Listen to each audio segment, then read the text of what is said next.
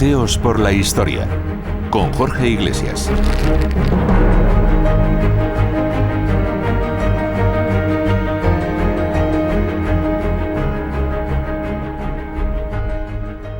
Desde hace varios años, la tradición marca este 14 de febrero como el día en el que las parejas de enamorados de todo el mundo celebran su unión agasajándose con regalos de todo tipo. Flores, bombones, cenas románticas. ¡Ay, el amor! Lejos de romanticismos, quienes seguro que celebran este día con más interés son seguramente los comerciantes que a lo largo de todo el planeta ven subir sus ventas a ritmo de balada. Pero, ¿nos hemos preguntado alguna vez de dónde viene esta tradición? ¿Desde cuándo la celebramos? ¿Tiene una base histórica o es, como muchos dicen, un invento de los centros comerciales? Recorran conmigo un paseo por la historia y conozcamos el origen y leyenda de San Valentín, el patrón de los enamorados.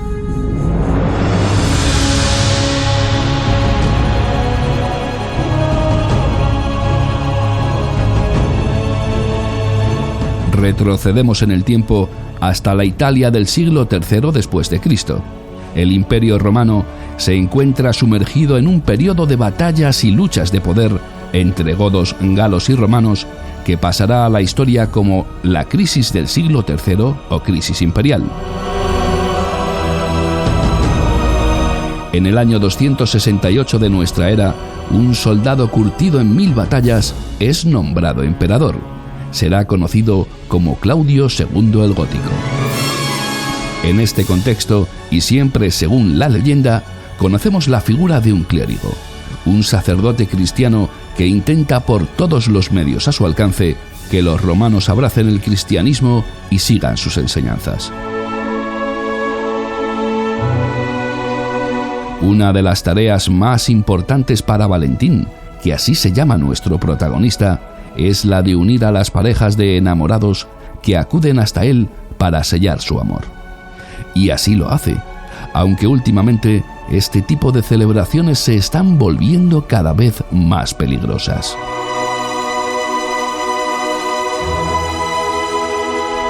Y es que el emperador, consciente de la necesidad de que sus jóvenes soldados den la vida por el imperio en el campo de batalla, ve peligrar el arrojo con el que estos se enfrenten al enemigo. Si están solteros y nadie espera su vuelta, decididamente tendrán menos escrúpulos en las encarnizadas luchas en las que se encuentran las huestes romanas. Sin embargo, a pesar de la prohibición expresa por el mismísimo emperador para que no se sigan celebrando estas uniones entre las parejas, Valentín sigue adelante con ellas. Su religión y la ilusión con que estos enamorados acuden hasta él son lo suficientemente importantes como para jugarse la vida. Las parejas de novios siguen celebrando sus enlaces en secreto, pero no pasará mucho tiempo hasta que Valentín sea apresado y pague caro su descaro.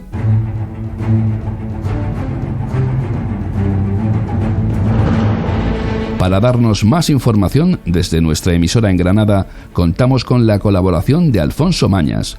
Él es doctor en Historia por la Universidad de Granada, escritor, especialista en Historia Romana, además de ser citado por medios de talla internacional como National Geographic, Fox, NBC o Daily Mail.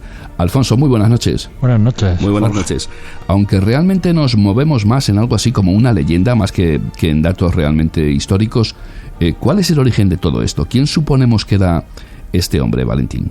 Pues si nos remitimos a la leyenda medieval, que ahora veremos y que es un poco la que todo el mundo conoce o domina, y la que realmente pues da, por así decirlo, una primera base de información sobre este hombre, pues como decimos, basándonos en lo que dice la leyenda medieval, pues Valentín era un médico y sacerdote romano que en un momento dado, cuando surge una prohibición por parte del emperador de prohibir a los soldados contraer el matrimonio, porque según ese emperador, ese Claudio II que menciona la leyenda, los soldados casados pues luchaban con menos valor que los solteros, porque pensaban más en la responsabilidad de no dejar huérfanos a sus hijos o viudas a sus esposas, ¿no? Entonces, siempre según la leyenda, Claudio II decide prohibir que se casen los soldados. Evidentemente, Valentín no está de acuerdo con esto, y todos aquellos soldados cristianos que le pedían que los casara, pues Valentín los casa. Evidentemente en secreto, pero al poco tiempo pues llega a conocimiento del emperador que está realizando Valentín estos matrimonios y lo arrestan. Lo llevan a juicio, y en el juicio pues uno de los jueces, varía a lo largo de los siglos de la leyenda medieval el rol de esta persona, si es juez o si es carcelero, pero total, uno de estos jueces, en la versión más importante, pues le dice que, en fin, que tiene una hija que está ciega, y que si él, gracias a lo poderoso que es su Dios, pues si es capaz de curarle la ceguera, pues que se convertiría al cristianismo. Valentín pues no pierde ni un segundo, ¿no? Y se pone a rezar, y enseguida pues la hija recupera la vista, y el juez o carcelero en otra versión pues se convierte al cristianismo, y con él todos los de su casa, todos sus esclavos y toda la gente que vivía con él.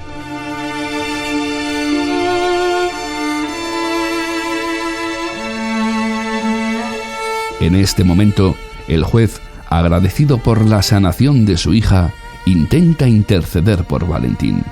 Al fin y al cabo, solo es un hombre que ha ayudado a un puñado de parejas de enamorados y le ha demostrado con hechos lo que venía predicando. Sin embargo, el resto de los jueces terminan condenándolo a muerte.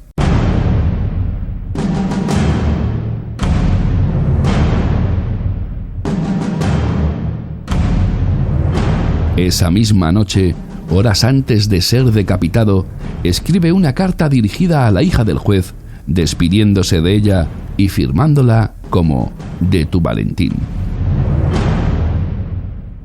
Y así termina la historia de Valentín. ¿Historia real o más bien leyenda? Bueno, sí, está claro que no es una leyenda real, porque exactamente no va a ser manuscritos de Edad Media, del siglo XVI en adelante, que hablan ya de, que recogen esta leyenda, ¿no? Entonces, realmente lo que tenemos que hacer a la hora de identificar si esta leyenda es o no es cierta, o si pudo estar basado en algún personaje real, pues es retroceder hacia el momento en el que se supone que tienen lugar los hechos, ¿no? Que sería el reinado de Claudio II. Bueno, también hay que decir que realmente la leyenda no dice que fuera realmente Claudio II, sino que habla simplemente de un emperador llamado Claudio. Evidentemente el primer Claudio no pudo ser, porque en aquella época, del 41 al 54, apenas había cristianos en Roma, así que pues necesariamente tiene que ser el segundo. Lo que más choca con lo que cuenta la leyenda era pues esa decisión de que prohibiese a los soldados contraer matrimonio, porque realmente eso sería quitar derechos a los soldados, ¿no? Casarse pues era uno de los derechos que tenía todo ciudadano romano. Los esclavos no podían casarse, y entonces pues claro, y sin matrimonio no había hijos legítimos. Entonces pues resulta inconcebible que ningún emperador, y menos un emperador soldado, pues tomara esa medida en contra de los soldados.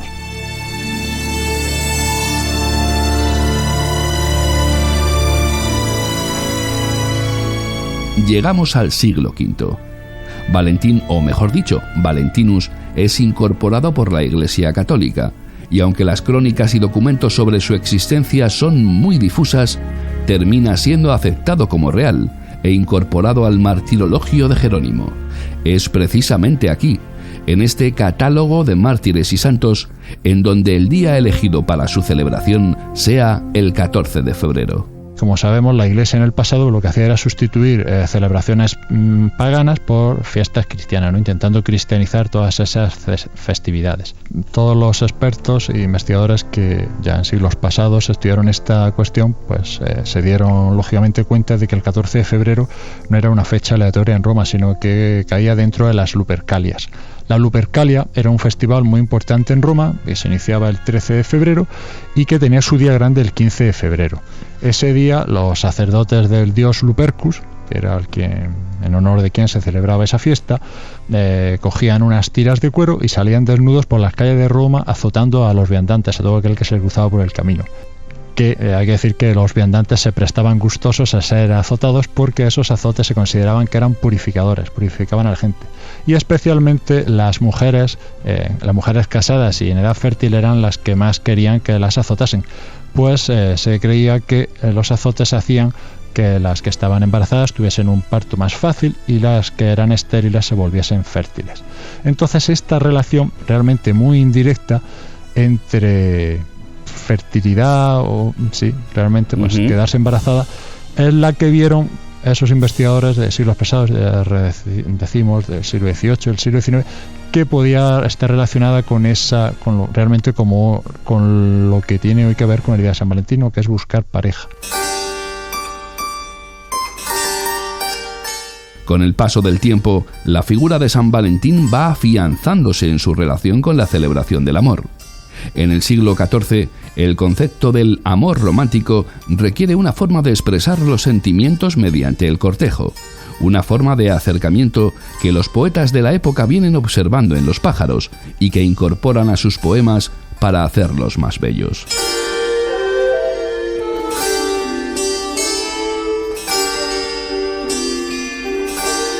Hay que enamorar poco a poco a la dama, con paciencia, colmándola de halagos hasta que ella permita un acercamiento más íntimo. Y el primero que introduciría esto, ya uniéndolo con San Valentín, sería Geoffrey Chaucer, el poeta inglés, que, en fin, universalmente conocido por los cuentos de Canterbury, que en una de sus obras, el Parlamento de las Aves, pues es el primero que une este concepto, ¿no? Y realmente pues los primeros versos en los que ya se une San Valentín con el amor, pues los encontramos en este poema, el Parlamento de las Aves, como decimos. Por ejemplo, en el verso 309-310 dice: porque esto ocurre en el día de San Valentín, cuando cada ave viene a este lugar a elegir su pareja.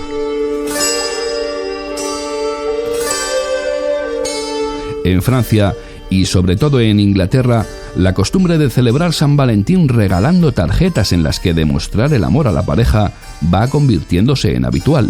Poetas y escritores de la talla de William Shakespeare ayudan a su tradición usándolas en sus poemas, una tradición que terminará llegando hasta las colonias de Estados Unidos.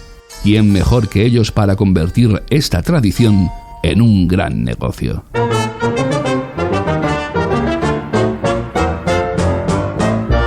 Llegamos al siglo XX. La gran maquinaria estadounidense hace años que puso de moda festejar el 14 de febrero como un día de compras, en el que las tarjetas, las flores y los bombones se convertirán en protagonistas. Como país gran exportador de tendencias, irremediablemente, tarde o temprano los españoles terminaremos sucumbiendo al amoroso poder de San Valentín. Hoy es el día de los enamorados. Estamos en 1948. En esa España de mediados de siglo, San Valentín no pasa de ser un santo más del que se guardan un puñado de reliquias por las iglesias patrias. Con ansias y esperanzas de un querer. El periodista y escritor César González Ruano, conocedor del gran impacto comercial que este día tiene en otros países, escribe un artículo en el diario Madrid sugiriendo la idea de importar esta tradición a nuestras costumbres, al igual que ya se hizo años atrás con la celebración del Día de la Madre. ¿Por qué no, pues, estimular el comercio una vez más? San Valentín. Dicho y hecho. Pocos días después, el mago de los negocios y fundador de Galerías Preciados, Pepín Fernández, recogía el guante lanzado por González Ruano. Un periodista, en 1948, celebra que unos años antes se hubiera introducido en España la costumbre del Día de la Madre, cosa que tampoco celebrábamos en España antes de esa fecha, antes del siglo XX, y propone que, copiando la costumbre, que como la del Día de la Madre, que también se había copiado de Estados Unidos, pues que sería una muy buena idea para fomentar el negocio y las ventas, pues introducir en España el Día de San Valentín. A los pocos días, pues el fundador de Galerías Preciados toma el testigo, esa idea le parece bien y lanza una campaña de venta en su negocio en Galerías Preciados, promocionando el día de San Valentín para que los novios se regalasen entre ellos regalos y consumiesen lógicamente en sus almacenes. Hoy es el día de los enamorados, con ansias y esperanzas de un querer. El 3 de febrero de 1948, el dueño de los grandes almacenes insertaba un anuncio en el diario ABC, que decía así: ¿cómo no augurar en España el más brillante éxito para el Día de los Enamorados? Sábado 14 de febrero, Galerías Preciados. De poco serviría que algunos intentasen pararlo. San Valentín había llegado para quedarse.